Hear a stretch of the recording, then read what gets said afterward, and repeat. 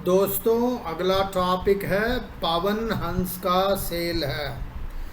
आजकल हम सबको पता है गवर्नमेंट प्राइवेटाइजेशन में काफ़ी जोर दे रही है और उसमें पवन हंस की भी होना था, मगर उसमें कुछ दिक्कतें हैं। उसके बारे में न्यूज़ आइटम है। ये national company law tribunal NCLT वो क्या किया है, उन्होंने ये एक ऑर्डर दिया हुआ है against one of the stakeholders जो स्टेट ओन्ड पवन हंस का बिडर है।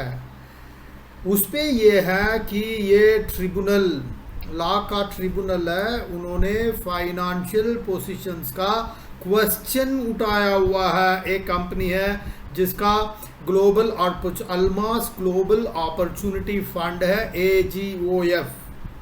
NCLF ये क्वेश्चन कर रहा क्योंकि ये केमन बेस्ड कंपनी है और NCLT इनके फाइनेंशियल हेल्थ को क्वेश्चन कर रहे हैं क्योंकि ये एक मेजॉरिटी शेयर होल्डर है।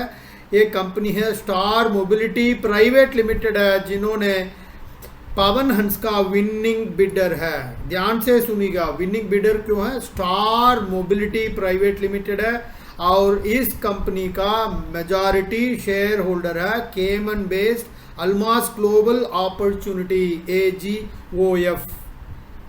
देखो जी, ये AGOF कंपनी जो अल्मास ग्लोबल का फाइनेंशियल क्वेश्चन का NCLT क्वेश्चन कर रहे हैं क्योंकि इन्होंने पहले इंसॉल्वेंसी प्रोसीडिंग्स, कंपनी का नाम है MCL लिमिटेड है, इस कंपनी का करके डिफ़ॉल्ट कर दिया है। 6,500 करोड़ का डिफ़ॉल्ट कर दिया है और इन्होंने बैंक गारंटी के अलावा कुछ भी नहीं इन्होंने किया है क्योंकि इंसॉल्वेंसी रेजोल्यूशन प्रोसेस में एडमिट किए हैं। कंपनी है EMC कंपनी है, तो ये फाइनेंशियल कमिटमेंट्स को कीप अप नहीं किए हैं, तो इसलिए NCLT इनके ऊपर क्वेश्चंस उठाए हैं। अभी गिल्टी स्थापित नहीं हुआ है, मगर कुछ इस तरह का एलिगेशन आया तो गवर्नमेंट इसको एग्जामिन कर रहे हैं।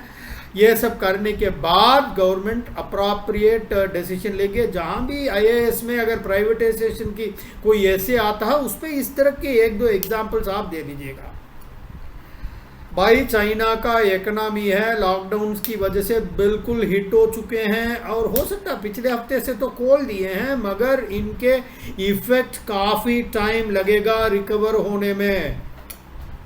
अगर मान लीजिएगा इनके रिटेल और फैक्ट्री एक्टिविटी है बिल्कुल गिर गया है भाई अप्रैल और मई में, और इनके काफ़ी सप्लाई चेन्स डिसरप्ट हो चुके हैं और रिटेल सेल्स कम से कम 11% कम हो चुका है और 11% इतना मेजर श्रिंकेज है जो मार्च 2020 कोविड के बाद सबसे बड़ा फॉल होगा जो अप्रैल मई में हुआ। और सिर्फ ये नहीं है, इनके फैक्ट्री प्रोडक्शन, हम सबको पता है चाइना एक मैन्युफैक्चरिंग हब है और इनके फैक्ट्री प्रोडक्शन 3% से नीचे गिर चुका है और काफ़ी टाइम लगेगा प्री पैंडमिक लेवल्स पहुंचने में। भाई, ये एक चीज़ याद रखना, हम तो ऑलरेडी आ चुके हैं, चाहे वो GDP ग्रोथ हो, बाकी चीज़ हो, स्टॉक मार्केट हो, हम हर चीज़ पे प्री कोविड लेवल पे आ चुका है। स्टॉक मार्केट तो पता नहीं कब का, 6 महीने में ही हम वापस आ चुके हैं भाई।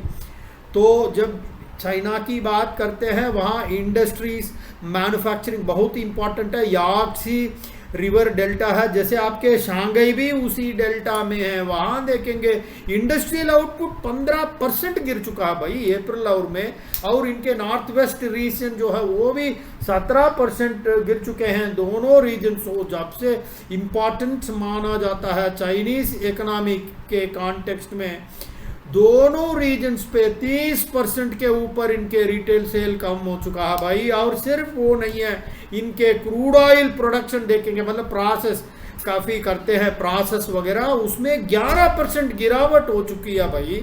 और सबसे ज़्यादा इम्पॉर्टेंट है मैन्युफैक्चरर ऑफ द वर्ल्ड जिसको हम कहते हैं, चाइना, वहाँ पावर जनरेशन बहुत इंपॉर्टेंट है और पावर जनरेशन में भी 5% फॉल हो चुका है। ये चाइनीज इकोनॉमी का हाल है और उसको देखेंगे। इंडिया तो बड़ा स्वर्ग है भाई। ओके, अगले टॉपिक पे जाते हैं। And this is doctor Sadasivam signing off till we meet again. Bye bye, जय हिंद।